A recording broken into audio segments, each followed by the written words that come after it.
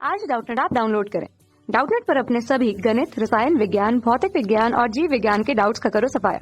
बस प्रश्न की फोटो खींचो, एक ही प्रश्न को क्रॉप करो और तुरंत वीडियो सोल्यूशन पाओ। अभी डाउनलोड करें। प्रश्न है, किसी कोशिका की कुल जीन मात्रा किस अवस्था के दौरान आधी हो जाती है? पहला विकल्प है अर्धसूत्री विभाजन पूर्वावस्था, दूसरा समसूत्री विभाजन पूर्वावस्था, तीसरा अर्धसूत्री विभाजन पूर्वावस्था, चौथा अर्धसूत्री विभाजन अंत्यावस्था। तो हमें प्रश्न में पूछा है कोई एक कोशिका है, उसकी कुल जीन मात्रा किस अवस्था के दौरान आधी हो जाती है। तो हमें ये पूछा है कि आधी कौन सी अवस्था में हो जाती है। सबसे पहले हम बात करें कोशिका विभाजन में, जिसमें क्या होता है, एक मातृ कोशिका दो पुत्री कोशिकाओं में विभाजित हो जाती है।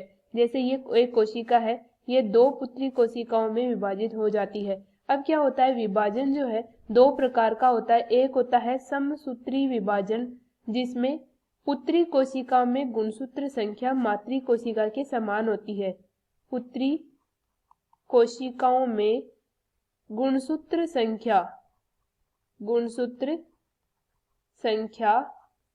मातृ कोशिका के समान रहते हैं। और इस प्रकार से हम कह सकते हैं गुणसूत्र जो है इनके ऊपर ही जीन उपस्थित होते हैं। तो एक प्रकार से हम कह सकते हैं कि जीन संख्या भी समान रहती है। दूसरा विभाजन जो होता है वो होता है अर्धसूत्री विभाजन, मियोसिस।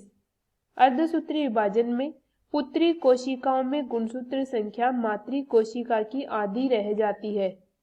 कोशिकाओं में गुणसूत्र, या इसको जीन से भी कंसीडर कर सकते हैं, आधे रह जाते हैं मातृ कोशिका के कंपेयर में। तो ये कंडीशन पाई जाती है। अब हम बात करें कि अर्धसूत्री विभाजन में भी कौन सी अवस्था में। अर्धसूत्री विभाजन जो है इसमें अवस्थाएं पाई जाती है, जैसे पूर्वावस्था। तो पूर्वावस्था में विभाजन नहीं होता है। इसमें 5 उप प्रावस्थाएं होती है, जैसे लेप्टोटीन, जाइगोटीन, पेकाइटीन, डिप्लोटीन, डाइकाइनेसिस। उसके अलावा होती है मध्यावस्था। तो मध्यावस्था में भी आधी नहीं रह जाती है, क्योंकि इसमें भी विभाजन नहीं होता है। सिर्फ गुणसूत्र जो है इस प्रकार से मध्यांश में व्यवस्थित हो जाते हैं। जैसे अर्धसूत्री विभाजन में इस प्रकार व्यवस्थित होते हैं गुणसूत्र, एक यहाँ एक यहाँ। तो ये समजात गुणसूत्र व्यवस्थित होते हैं, तर्कु तंतु द्वारा जुड़े हुए होते हैं।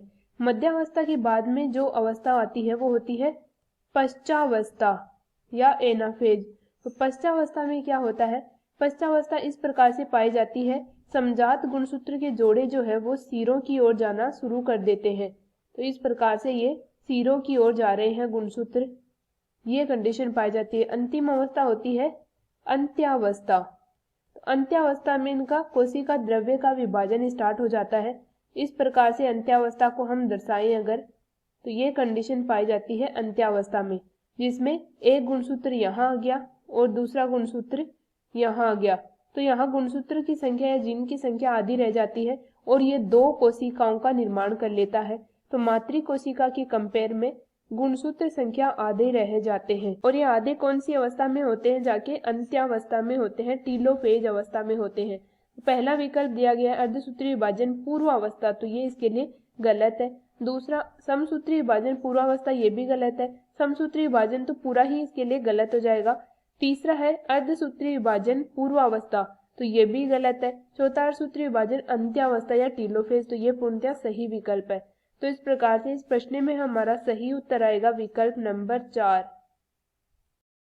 कक्षा 6 से 12वीं से लेकर नीट, IIT, JEE वो एडवांस के लेवल तक 1 करोड़ से ज्यादा छात्रों का भरोसा। आज ही डाउनलोड करें डाउटनेट ऐप या व्हाट्सएप करें अपने सारे डाउट्स 8400 400 400 पर।